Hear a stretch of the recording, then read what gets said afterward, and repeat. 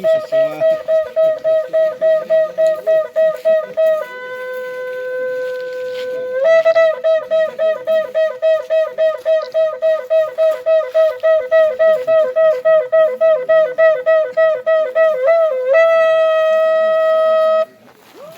Village is not a very old village, but it is believed to be over 500 years old. And this village, we have three major kilns. We have three kilns, and each kiln they have their own respective forts, they have their own respective gates and morongs, which we will, get to see them today. Now, this Khonoma village, the name Khonoma derives its name from a plant called Glauthera fructissima, locally known as Phono. But however, during our history with the Britishers anglicized Phonome into Khonoma, for pronunciation convenience. When our forefathers came to settle here, they found one particular plant in abundance called Phono. So they named this place Phonore, meaning place where Phono grows. Now they started to settle and they named themselves Phonome, meaning the people of Phono. So now that you are here, you don't longer consider yourself a stranger, but be our guest and welcome to Khonoma once again. So with this, we start our very fast walk to the village. We have gates to show you, we have morongs to show you. So I hope you will enjoy the walk. Thank you. Good introduction. Thank you. What is the population of? One of our first stops, and we have here Rovi will be telling you something about this gate. We also call it a karu.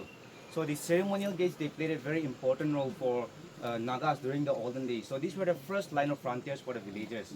So this is the main entry point and the only exit point from the village. So the settlements were always built behind the village gate, not in front of the village gate.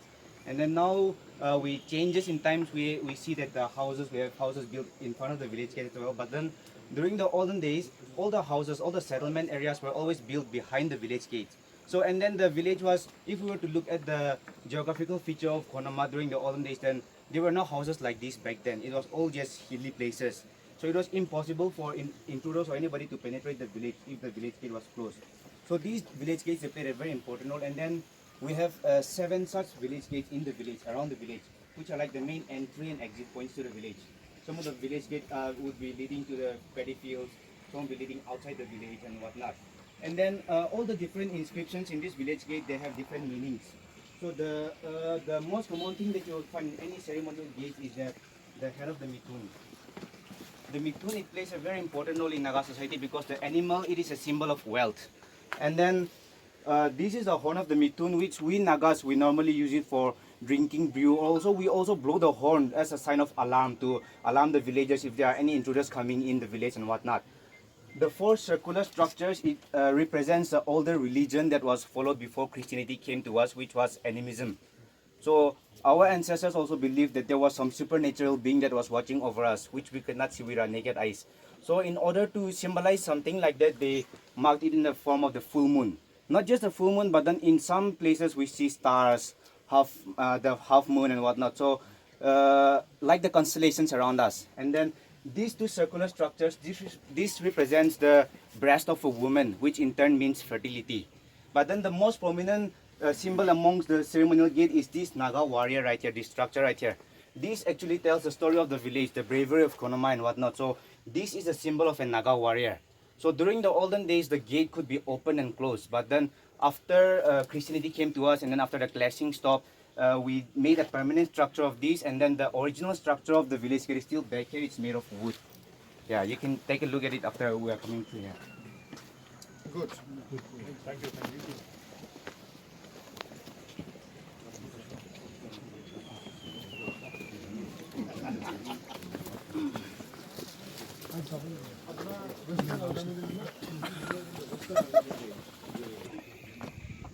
Their resource of water is very good. Our northern na pani problem asa.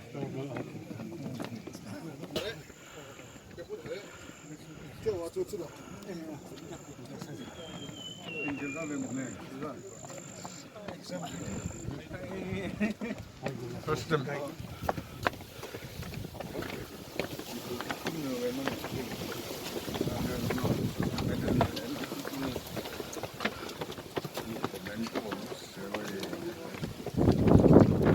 I considered They have undergone the training by contribution.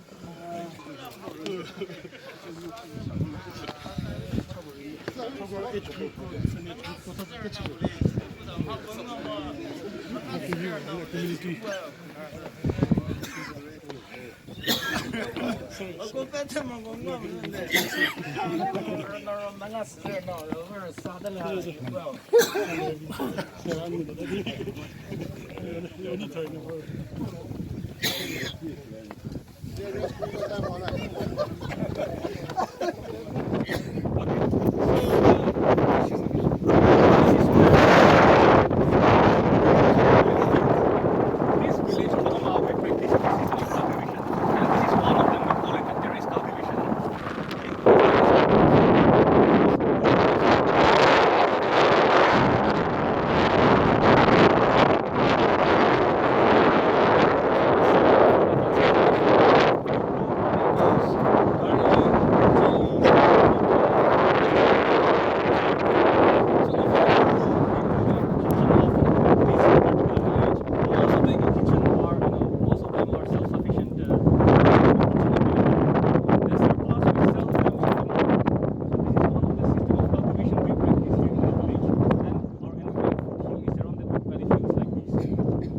The other system of cultivation is called Jung cultivation, or also in other words we call it the shifting cultivation.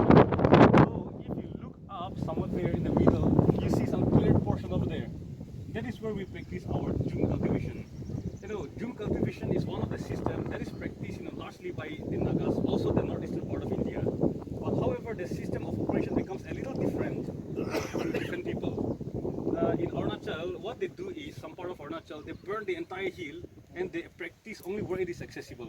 They cultivate only where it is accessible. Whereas our people here, what we do is we designate a portion of land, we cultivate that portion, and after a year or two, we shift the cultivation to some other place. So when the complete circle is over and we come back to the next at the same spot, it is already around 7 to 8 years. Then the trees also grows back and the soil also retains its fertility. So that is also one of the system of cultivation we practice. And in our shifting cultivation, we practice mixed cropping, maize, paddy, all sort of vegetables simultaneously at the same time. Also, we have a very scientific indigenous method handed to us by our forefathers, which is called elder-based cultivation. We call it pollarding. It is more or less like pruning, where we harvest a tree, an elder tree. So elder tree is a very versatile tree, and some people they call it magical tree because of its very high productivity. It has nitrogen fixation. It also is one of the fastest growing tree in Nagaland, and for construction, elder wood is also very good for the production of the furnitures, sofas. And I was also told that elder wood is used for the production of acoustic guitars. So people call it magical tree because of its very high productivity. So the presence of elder tree not only generate the fertility of the soil, but it also encourage fellow regeneration. So that is why we call it friends of the farmers. That is practiced in shifting cultivation along with our vegetation. So that is our system of cultivation here. Yeah. So up there, if you see the extreme top, that is part of our Zuku range that falls under Japfu ecosystem. So if you go beyond this mountain, you have a sea of, a valley of flowers beyond. That is called Zuku Valley. Also, somewhere below that, you see a conical structure over here behind the tower, if you can see. So that is also the memorial put up to actually commemorate the settlement of our forefathers once upon a time during our, battle with the Britishers.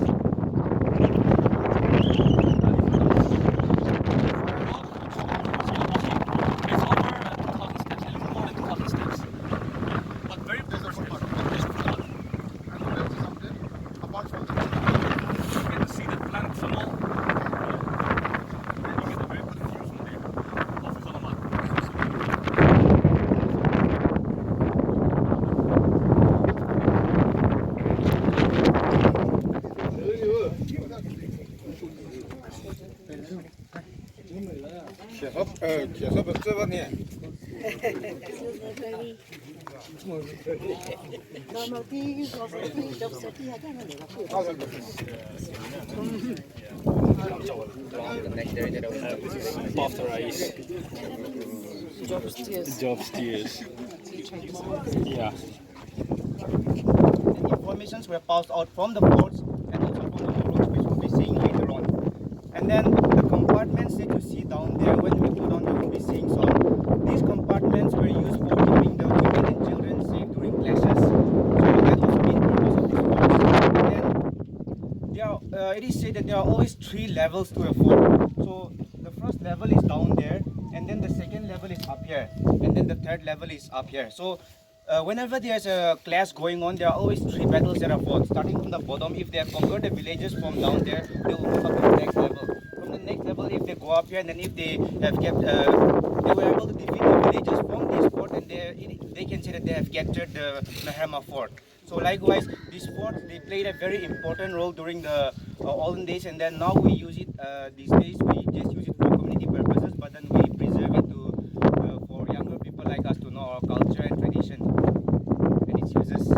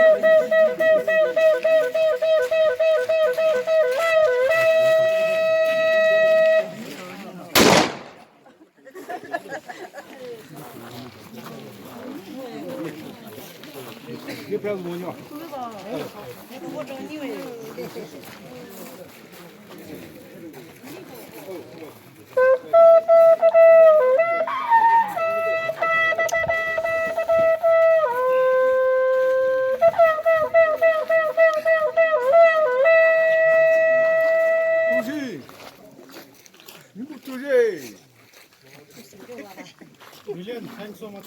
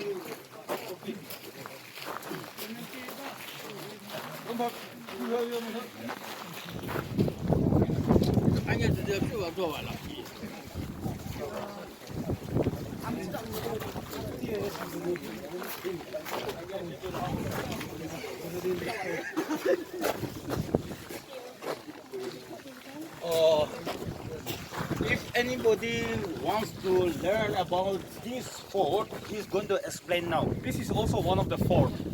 That was the first fort belonging to Mahamat Hill. And this is another fort belonging to Semamak Hill. And this fort is considered to be one of the strongest forts in the 18th century. So this is also where the fiercest battle between the colonials and the Britishers were fought during 1850s to 1790. So if you go up to the, over this fort, you will also get to see, a very good view of our foothill.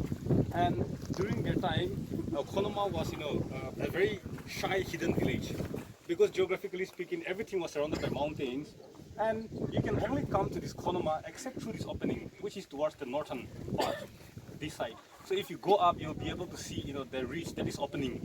So whenever enemies come, they usually come from that direction. So this place, since this place offers a very good view, this fort also serves as one of the strongest forts among this village, also among the northeast India. So this is Semama Fort belonging to the Semamak And if you turn back, you have one of the monolith over here where you'll find the description of the forts, the demolition, and then re-establishment of this fort. This fort was demolished 4 times, so you get the information of this fort also here. I've been before. Oh, okay. Those who have not been, let them go and take a look. Yeah, so if you are a first timer, you may come and see the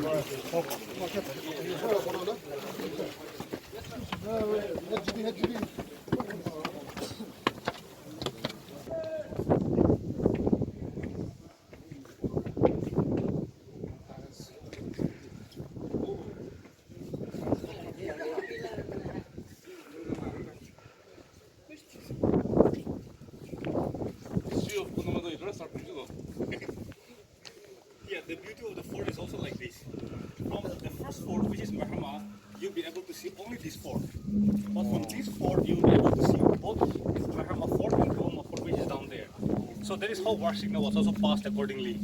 If you go down to the 3rd fort, you will be able to see only this one again. But from this fort, you'll be able to see both the fort, the Mahama and Tragopan. So this fort served as the receiving point during their time.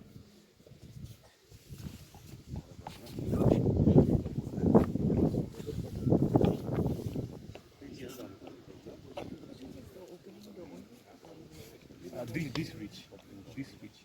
Yeah. So during our forefathers' time, we were only visited by our best guests. So this place, Khonoma was visited by our best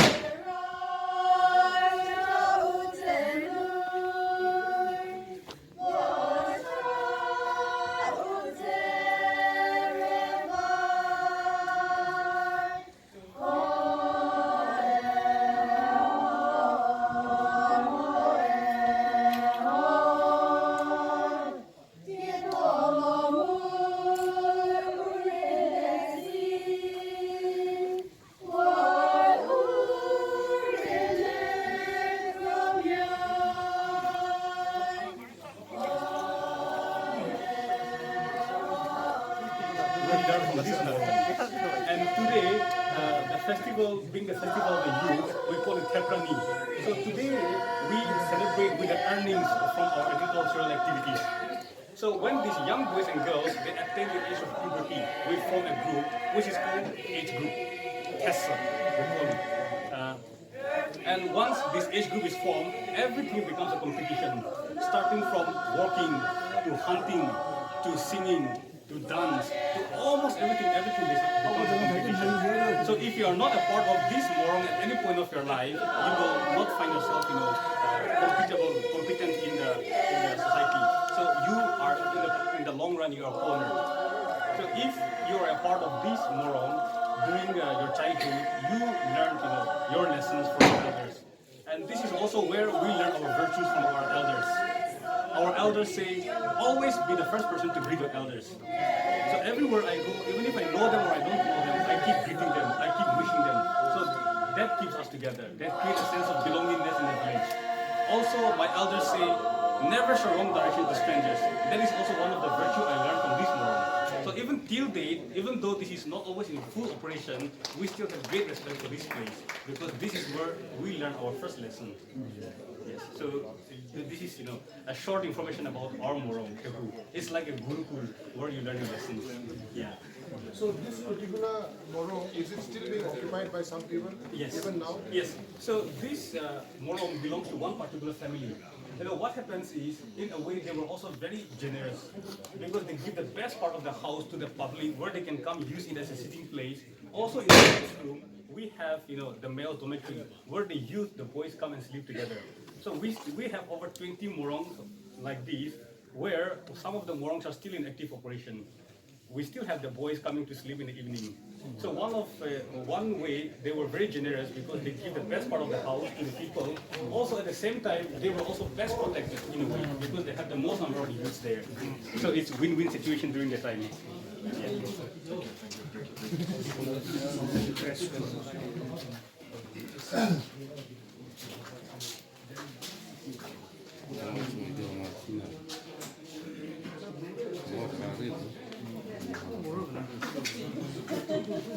Yeah, so this is the bed. So this is where they sleep together. These are the pillow. Now, one very interesting thing is, when they come to bed, they also do the talking. However, we say, boys, men don't gossip. It is because of the fact that this pillow is made of a single piece of wood. So even if you're doing the talking part here, your voice vibrates through this wooden bar. Yeah. So this is, and one of the reasons why we sleep together is because if anything happens in the village, because normally during their time, the houses were mostly thatch roofs. It catches fire anytime, enemies come and attack. So if any of those incidents happens, they can rush to the spot and be a part of the rescue team. So that is also one of the reasons why they sleep together. Okay. I think we also have some of the indigenous games happening here. So yeah.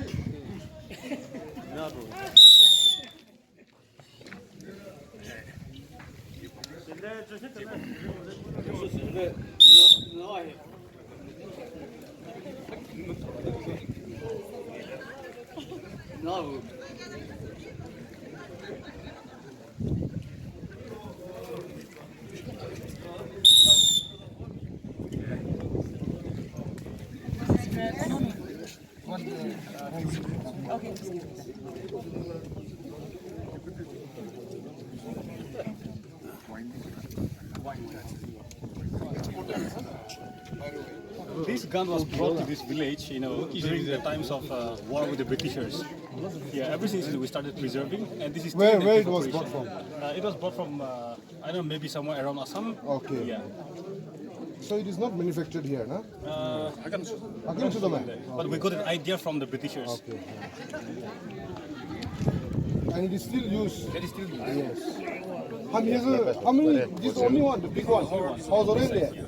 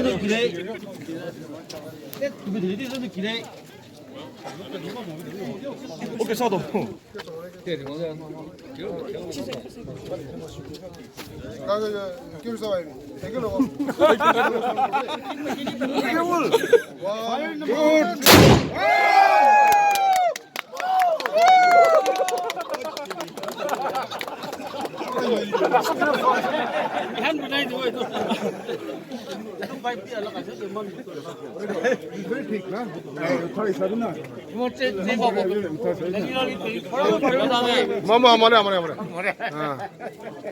기사 너로 빌리고 해.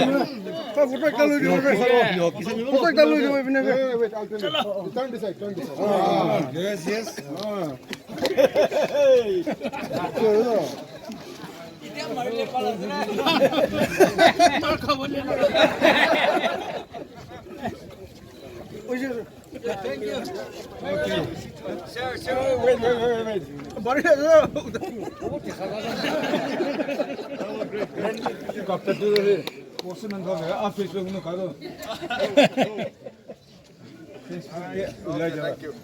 Still warm.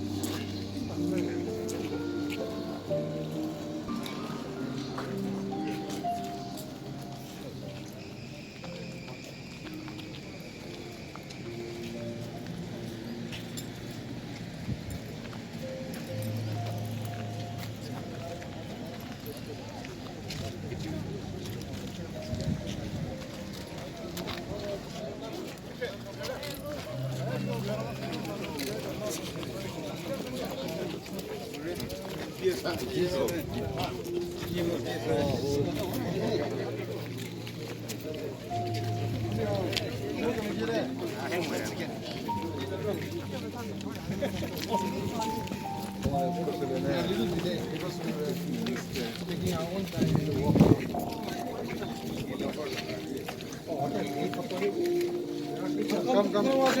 Madam, you come here.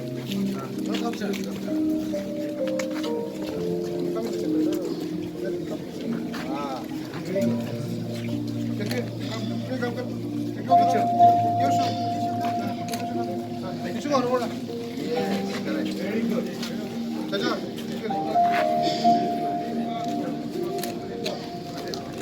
Okay.